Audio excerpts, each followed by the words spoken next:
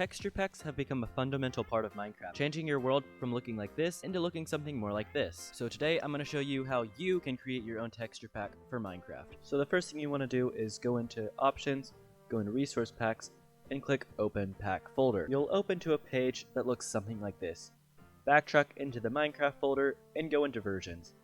Then select the version you play on. For me, that's 1.19, and copy this jar. Next, you're going to want to paste that in a random folder, and we're going to rename this to 1.19.zip.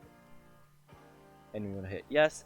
If you can't see the file extension, go up to View, and make sure you hit Show, and File Name Extensions. The next thing to do is open up this zip folder, and now you'll see a lot of folders here. You're going to want to copy this assets folder and move it outside of the zip folder.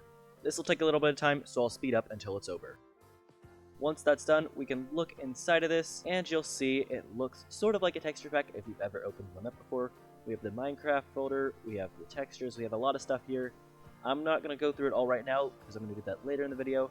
But basically, we have all the Minecraft textures and their original state, so that we can modify them instead of creating entirely new textures. Going back to the original folder, we can now create our texture pack folder, so I'm going to do New Folder, and you can call this whatever you want.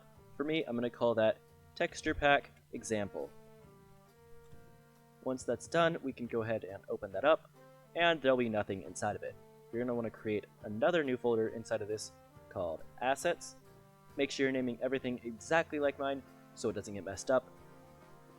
And inside of the Assets folder, create one more new folder called Minecraft. You're going to want to click Create New, and I'm going to create a new text document.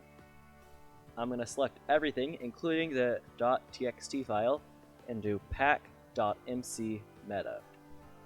And yes, I do want to change that. This is Prismatics in editing, letting you know you can skip this step by going into a version before 1.17 in this file directory and copying the pack.mcmeta file. Now I'm going to show you how to make one of these scripts. If you don't want to, I'll leave a link in the description below where you can copy and paste the code into this file. But for now, I'm just going to walk you through a very simple way of doing it. You're going to want to open some curly brackets, do tab, and do exactly what I do, word for word, and capital letter for capital letter. Everything is case sensitive here. So I'm just basically doing the default syntax here. The pack format depends on what version you're playing. So for me, I play in 1.19, so I'm going to do 9. If you're playing in 1.18, it'd be 8, 17.7, and everything past there you can use the earlier version for. Next, I'll do a description, which you can change to basically be whatever you want. It just follows a few simple rules. For me, I'm going to do it a little bit different than you might think. I'm basically going to copy a special character I have. Once again, this will be in the description below. And I'm going to copy it here. Now, I'm not exactly sure what this symbol is called, to be completely honest. All I know is that it changes the color of things. So I'm going to use D for pink. It's kind of purple, pinkish color. Then I'm just going to do, this is an example pack. Then I'm going to do \n, which is basically shorthand for new line.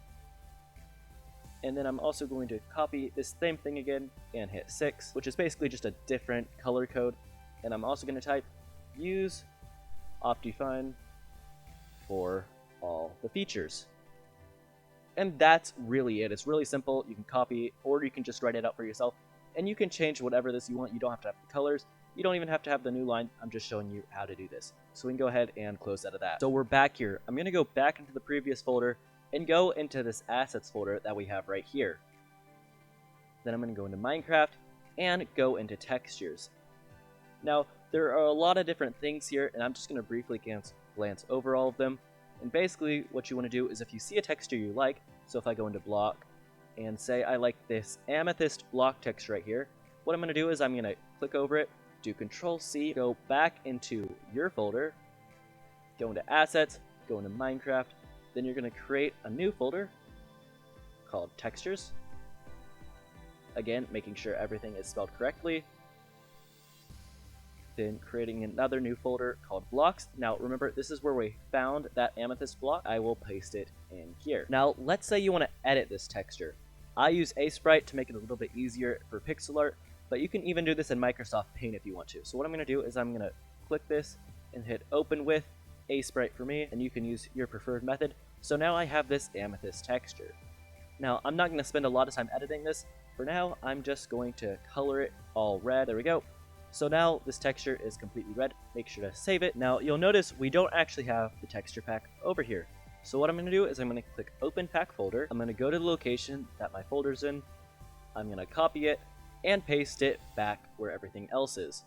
Now if we go back into Minecraft, you'll see it's right over here. All we need to do is move it over here. When we hit done, you'll see it reload, and we can hit done again and go into just a random single player world. Once we've loaded into the world, we can then select this item from our inventory. For me, that's amethyst, and you can see this block is completely red.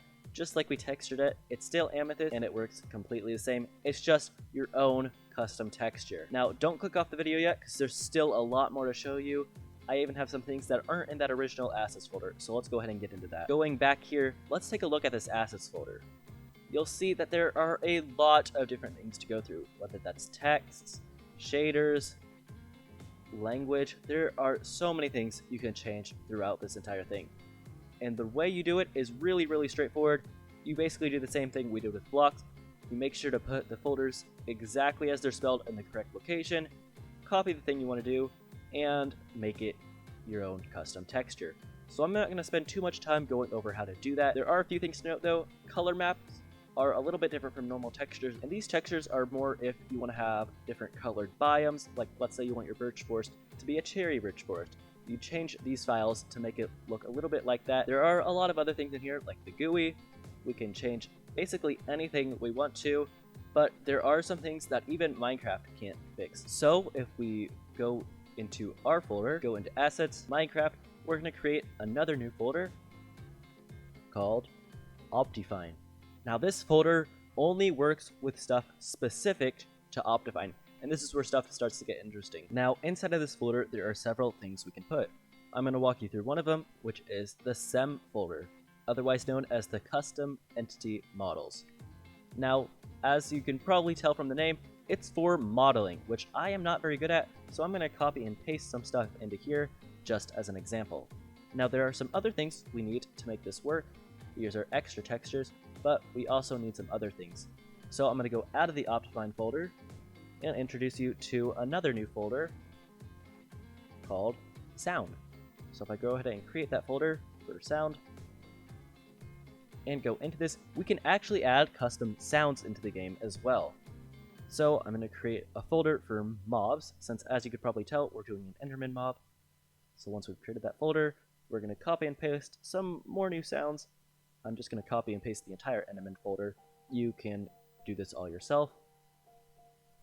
And next, we're going to go into textures, because we also have some custom textures we need for our model. So I'm going to create another new folder. This one is in the generic base game as well. Entity. So this is how we change any entity in the game. For us, that's going to be the Enderman. So I'm just going to, once again, copy and paste this into there. Now, if I go back into Minecraft, nothing has changed with the Enderman. And we can do that just by testing the spawning. It still looks like a completely normal Enderman. And that's because this texture pack is not the one we updated. Our texture pack is back in the original location, so I'm going to go ahead and copy that back really quickly and hit done. Now when I reload the texture again, that it's still not working. Now why could that be?